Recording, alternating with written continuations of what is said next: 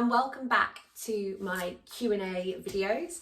I have thrown it out there that if you would like to ask me a question about certain symptoms, movements, why things happen, why you have this, why you have that, etc, etc, please do send me a direct message or send me an email on ellie@posture-ellie.com, and I will produce a short video, 5 to 10 minutes, talking about my thoughts on the issue that you have asked the question about. I probably won't respond to your message or to your email, but hopefully you will see a video come through at some point and you know that I will be talking to you.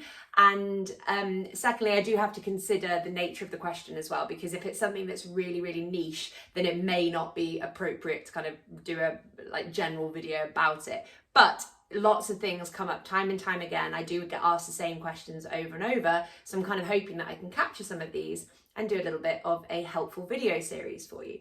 So the question that we're addressing in today's video is, what are the causes of a ribcage flare? And I will just demonstrate this, if I can, side on, as to what we mean by a ribcage flare. I'm going to tuck in my top like this. So a ribcage flare, which I definitely am prone to have, although it is improving with the work that I'm doing, is basically when the front of the ribs are higher than the back of the ribs. And this will commonly be accompanied with lower back kind of pain or tightness. So not necessarily pain, but you can kind of see just biomechanically how if we've got a rib cage that is lower at the back than it is at the front, rib cage flare, then we're going to be putting a bit too much pressure through that lower back area. What we want is the front of the ribs to be equal with the back. So you can see how that looks a bit different there, and how the bottom part of my spine has just automatically elongated without me having to do anything. I've just changed my rib cage position. So we're like this versus like this. Now, the causes of, anything really, is really hard to say, and I know that this sounds like a cop-out option. It's really hard to say because the body is so amazingly adaptable that what will happen with one person will be completely different to what happens to another. So 2 people could have ribcage flare for different reasons.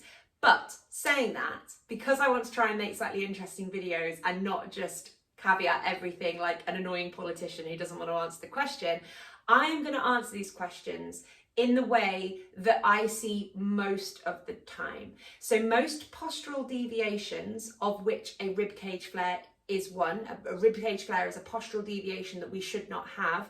If our body is moving properly, we should be able to move our ribcage in a ribcage flare. We should be able to do that movement, but we shouldn't be stuck there. So when we get stuck there, that's a postural deviation that needs to be addressed. So I'm going to try and answer it in the way that I see most of the time. You get these clusters of clues and signs that generally, if someone has this thing, they've often got 3 or 4 other things happening that are part and parcel of the same issue. So the causes of a ribcage flare. Number 1, causes of a ribcage flare are going to be people who do not move their shoulders well, and therefore their body tries to compensate through the ribcage moving. And this is definitely, for me, why I have my ribcage flare. So I was going to tie up my hair. You know it's getting serious when I tie the hair up. So this is actually maybe a good little thing that you can try and do along with me. And actually, I'll tell you what, I'm going to tuck my top in again so that you can see the movement of my ribcage, and it might make it more helpful. When we move our arms or our shoulders, so there's my kind of shoulders, here are my arms. When we move our arms and our shoulders, there is no reason for our ribcage to move as well. So we should be able to take our arms up above our head without there being any reaction in the flare of the ribcage. So I'm taking my shoulders up into flexion, I'm taking my shoulders back into extension, and you can see here my lovely fat roll in my belly is not moving at all because my ribcage is not moving at all. My tendency though, and this is what I've done for years, which is now what I'm having to work to correct, just because I'm a postural alignment therapist by no means that I think I have perfect posture. It's an internal work in progress. My natural tendency would be to lift my arms up and flare my ribs. So can you see the difference there? I'm lifting my arms up, but I'm tilting the rib cage as well, and I feel a great amount of pressure at the bottom of my rib cage and my lower back when I do that. So this is my brain tricking me into thinking that I'm moving my shoulders and my arms, where I'm moving my shoulders and my arms a little bit, but I'm actually predominantly just moving my rib cage. This is different to this, which requires more function of the shoulders and the arms, and therefore is harder for people to do. It's easier for most people's bodies because most people are tight in their shoulders and tight in their thoracic. It's easier for their body to flare their ribs than it is for them to move the arms in a controlled manner and keep the rib cage down. So rib cage flare cause number one, I'm going to say thoracic tightness and shoulder dysfunction. If you don't move well here, you're going to be compensating a lot through that mid lower back area, the rib cage tilting up. Number two, tight hip flexors. So hip flexors attach at the bottom of your ribs here at the back. This is quite hard to demonstrate really, but at the bottom of your rib cage, kind of here at the back, the hip flexors attach to each of the lumbar vertebrae down to the sacrum. They come through all of the internal organs, through the iliac crest and down into the femur, kind of in front of the groin here. So we have this hugely expansive muscle on both sides of the body. So again, we've got the back of the ribs here, through the kind of internal organs and down into that femur here. These are the hip flexors. When the hip flexors are tight, and guess what makes your hip flexors tight? Being sat down for hours and hours and hours of the day from the age of 4 or 5 when you started school. That made your hips tight. You might think that you don't have a sedentary lifestyle, but if you went to a Western school and had a Western education, you had a childhood that was hugely devoid of movement in the way that your body was designed to move and is still designed to move now. Chairs are a modern technology that only became widely spread when the Industrial Revolution hit and materials became cheaper, and then they started springing up in everybody's homes and all that kind of stuff, and obviously things are completely spiraled and now all we do is sit in chairs. So if you sit down for long periods of time, your hips are in flexion, so your hip flexors, these guys, get tight. We're in this position, they're going to get shorter and shorter and shorter. And short is not really the right word, but it's the easiest way to describe it when you're trying to make videos that will make sense to people. So forgive me those of you who know a little bit more detail about how you don't have short and long muscles, but yeah, forgive me. So as the hip flexors get shorter, imagine this, we crank upwards. So because of the connection point, the attachment point, back here, as this pinches and gets tighter, we flare in the ribs. So in order to combat that, you need to look at strengthening your hip extension capabilities.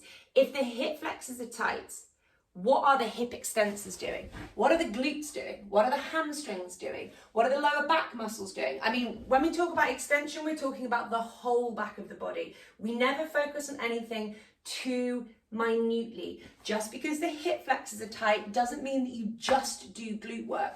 What are your calves doing? How do your ankles move? You can see why it's really difficult to answer these questions, because the answer is always the same. Move every single part of your body differently and more so that you can maintain muscular function regardless of where your symptoms or postural deviations present.